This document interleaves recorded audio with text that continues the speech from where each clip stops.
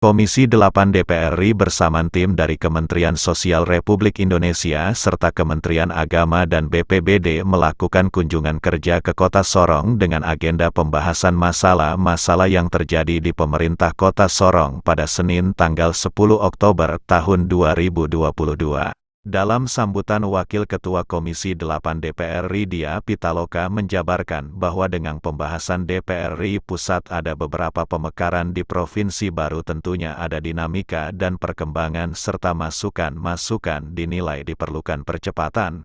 Dan tentu dinamika dan juga perkembangan serta masukan-masukan yang tadi dinilai perlu percepatan gitu ya, itu bagaimana apa gitu kan kira-kira yang menjadi perhatian ataupun keinginan dari pemerintah daerah di Papua Barat ini bisa kita serap, kita cermati, kita dengarkan sebagai masukan kerja kita di DPR.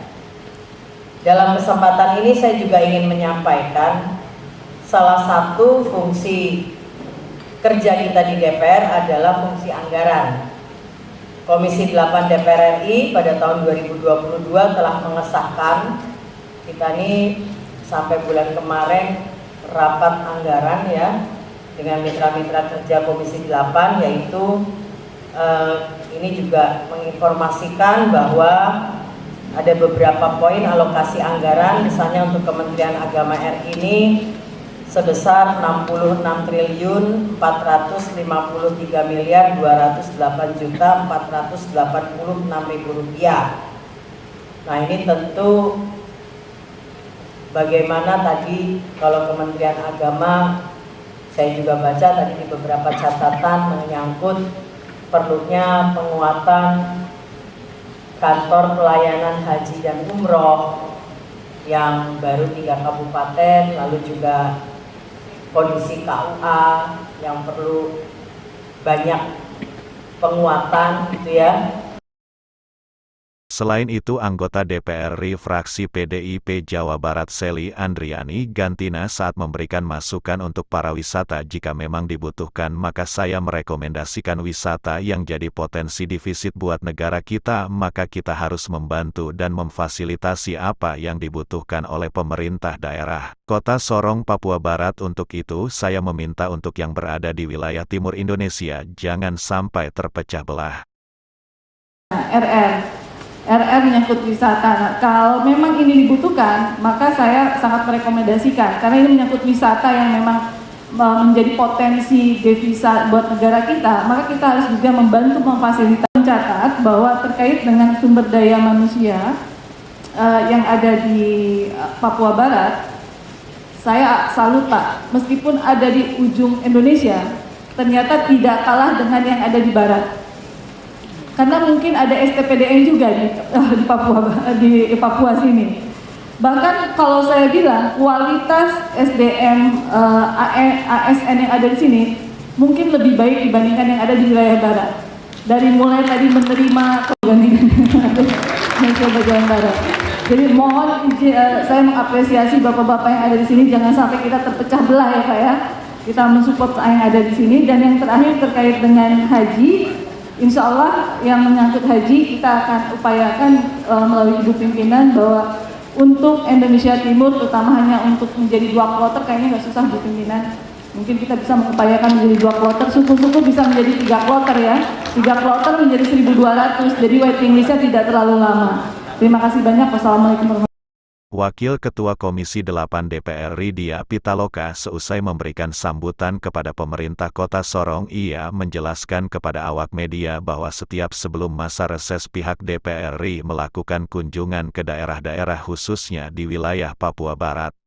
Memang melakukan kunjungan ke daerah, dan Papua Barat ini salah satu provinsi yang memang ya menjadi perhatian kita karena kita memang ingin juga melihat ini ya Provinsi Papua Barat, dan ternyata ya memang banyak masukan kan di sini. Ini kan fungsi kunjungan pengawasan sebetulnya, dan menurut saya hasilnya sangat baik.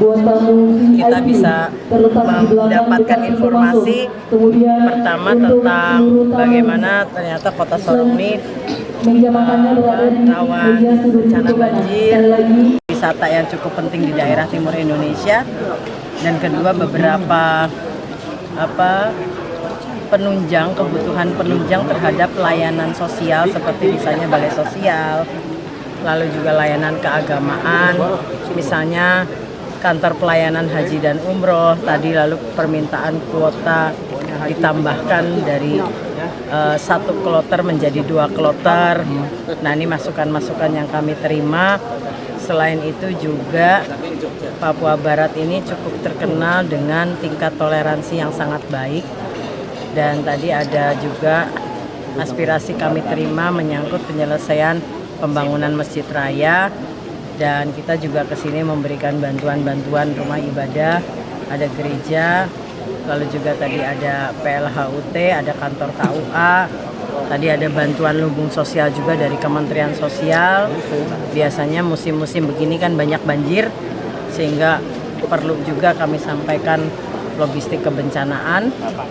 Dan ya tentunya kita berharap proses komunikasi ini bisa, antar kita bisa dapat saling memberikan informasi ya, menyangkut kerja-kerja dengan kemitraan Komisi 8 di DPR, yaitu bidang keagamaan, bidang sosial, kebencanaan, dan juga perempuan dan anak.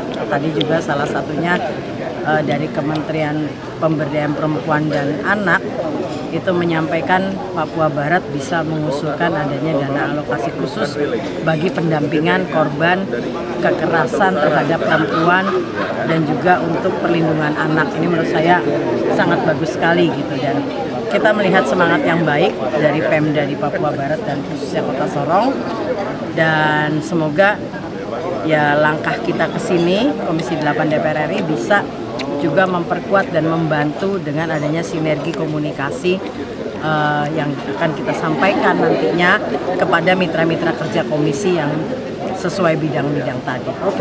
Menurun dari 8 ke 7, dan ya ini bisa jadi karena daerah lain yang juga cukup baik ya, tapi di sini ya dari rata-rata 6,5 masih cukup tinggi, dan kita berharap itu terus ditingkatkan ya ke titik yang lebih tinggi lagi gitu, karena saya lihat tadi di sini itu rumah ibadah juga cukup beragam, kehidupan berdampingannya juga sangat baik, dan memang toleransi itu satu kondisi yang tidak hanya perlu dibangun tapi juga perlu dipertahankan. Nah, tentu bagaimana metode-metode di lapangannya, saya rasa ini yang dibutuhkan dari adanya forum komunikasi antar agama. Itu sangat penting untuk dijadikan memupuk rasa persaudaraan antar umat beragama, dan rasa persaudaraan itulah yang menurut saya, terutama persaudaraan kita sebagai satu bangsa, itu menjadi titik yang sangat fundament ya, titik dasar dari adanya ikatan toleransi itu sendiri, ikatan kebatinan, ikatan persaudaraan, ikatan kebersamaan. Nah, hal-hal itu yang kadang di masyarakat perkotaan hari ini itu tidak lagi dirasakan penting untuk terus dibangun gitu. Jadi di Sorong ini kita melihat tradisi toleransinya sangat bagus, dan kita berharap Sorong tetap bisa menjadi contoh gitu ya bagi wilayah Indonesia yang lain. Dari Kota Sorong, Papua Barat, Taufan Yusuf mengabarkan.